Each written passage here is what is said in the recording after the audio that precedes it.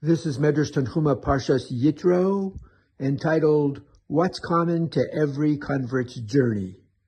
The Midrash seems to be pondering something that perhaps we take for granted but shouldn't be.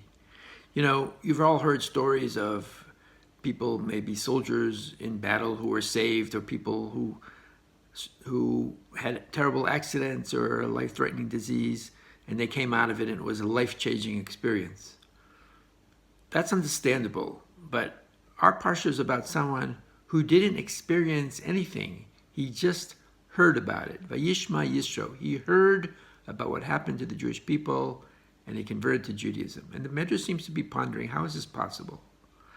And the Midrash, perhaps to show how rare this is, the Midrash talks about someone else in Jewish history who heard about a miracle and changed his life and believed in God. Unfortunately, it's a very uninspiring story. It's a story of King Yehoash, who was hidden as a baby when his grandmother was killing out the whole family, and he was hidden in the Kadosh Kodashim.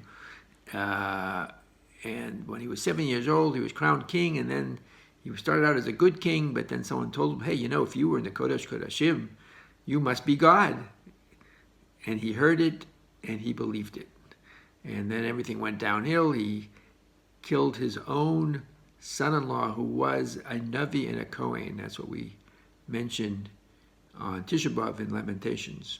Anyways, the Midrash goes on to say, well, let's see, what is it that attracted, was it just the miracles, or was it something else? And the Midrash focuses in on something, the Midah Keneged Midah, the sort of poetic justice, the way Hashem punished the Egyptians, that they drowned the Jews and they were themselves drowned.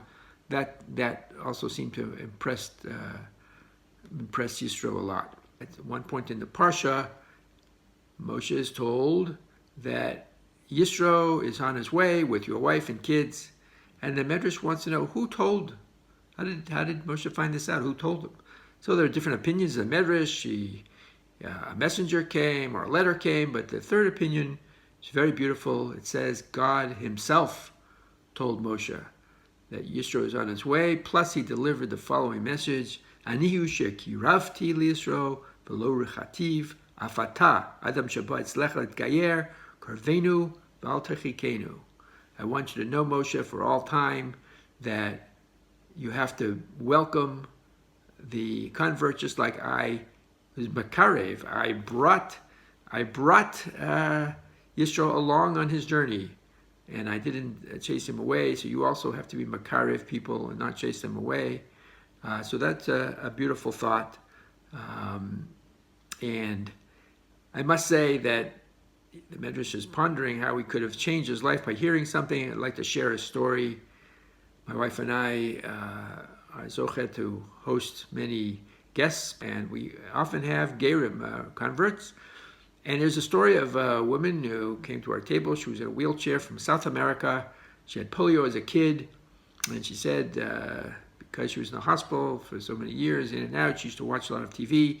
And one time she saw a documentary on the Holocaust, and she burst out in tears, and she said to her father, "What's going on? Who are these people? How could this happen?" He said, don't worry, they're doing better now, they have their own country.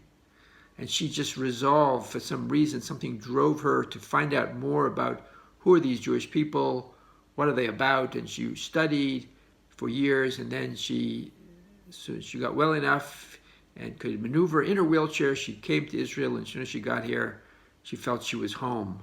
And she converted, and we heard this story. Now, you could say, I guess, the same thing, the same question you'd have on Yisro. This drama that she encountered in a television documentary about the Holocaust, and reading about the Hakamat HaMedina, the state of Israel. She didn't live through it. How is it that she just heard about it and that was enough to be a life-changing event? So the answer is obvious.